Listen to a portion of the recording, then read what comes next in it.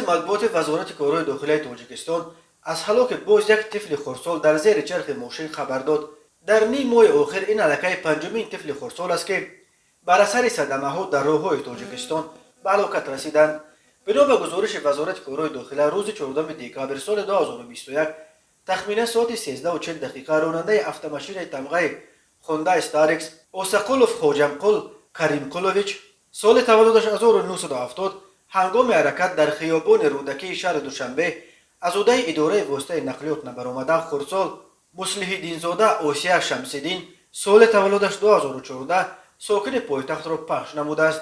در نتیجه آسیه 7 ساله جراحت وزنه جسمانی برداشته در بیمارخانه به هلاکت رسیده است.